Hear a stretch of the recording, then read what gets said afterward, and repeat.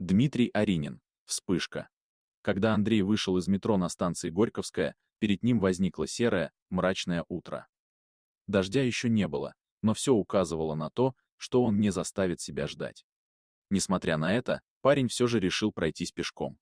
Пункт назначения находился на набережной канала Грибоедова, в здании напротив Спаса на Крови. Андрей подошел к киоску и купил пакет. Он достал из рюкзака фотоаппарат и положил его в пакет, обернув несколько раз свободную часть пакета вокруг фотоаппарата, для того, чтобы защитить устройство, в случае, если бы дождь все-таки начался. Его путь лежал через Троицкий мост. И как только он зашел на него, начался дождь. Андрей достал зонт и посильнее укутался, на мосту было очень ветрено. Чем меньше расстояние оставалось до конца моста, тем сильнее становился дождь. Когда он дошел до Марсового поля, его кроссовки уже полностью промокли.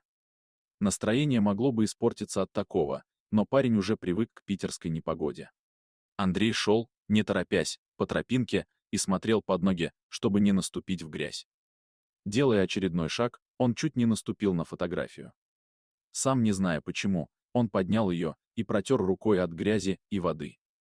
На монохромной, пожелтевшей от времени фотографии, был изображен лысый, с худощавым лицом, мужчина лет 50, стоящий на коленях.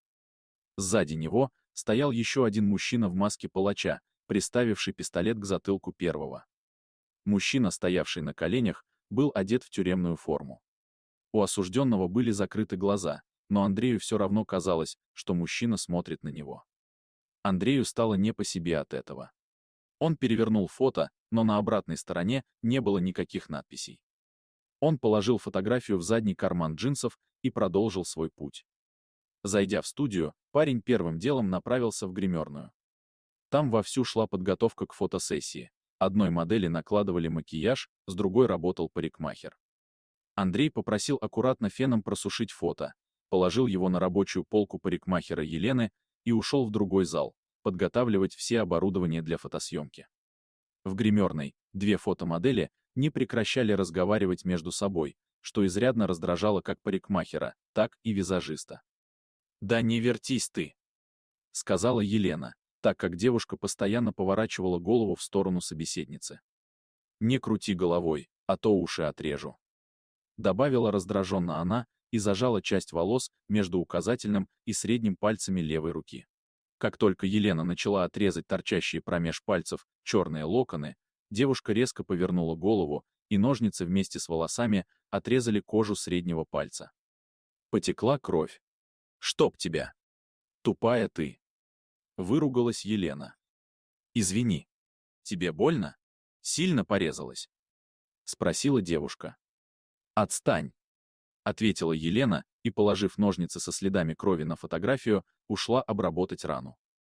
Никто не обращал внимания на одиноко лежащую фотографию. Никто не заметил, как вся кровь с ножниц медленно скатывалась на фото и впиталась в нее, не оставив и следа. Спустя несколько часов фотосессии Андрей вернулся в гримерную за фотографией. «Ну как? Получилось высушить фото?» — спросил он Елену. «Какое фото?» «Ну да. Фото. Совсем забыла про него. Палец чуть не отрезала из-за этой курицы, вот и вылетела из головы», — ответила она.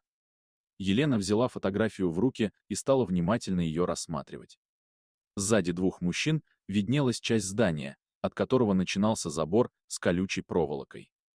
Что-то на этой фотографии вызывало у нее волнение, но она не могла понять, что именно, пока внимательно не посмотрела на лицо мужчины, стоящего на коленях. Его взгляд, пугающий до глубины души, пронзающий насквозь. Он смотрел на нее, словно не с фотографии, а как будто наблюдал за ней из открытого окна, откуда веяло холодом. Холодом, остужающим кровь в жилах. Елена вздрогнула и отдала фото Андрею. «Жуткое фото. Это что, казнь?» — спросила Елена. «Да, думаю, запечатлен момент смертной казни», — ответил Андрей. «Выглядит очень старой». «Как думаешь, сколько ей лет?» — спросила Елена. 30. 40. Вообще в советское время расстреливали людей, ответил Андрей и задумчиво добавил. Но разве? Фотографировали процесс казни? Теперь я из-за этой фотографии спать не буду, сказала Елена. Это же всего лишь фото.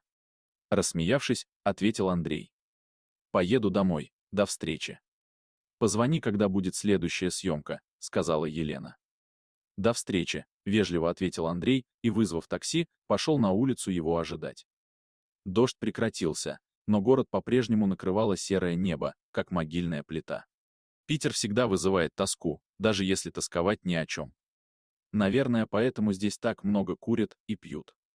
Андрей сел в такси, достал смартфон и написал сообщение жене Татьяне.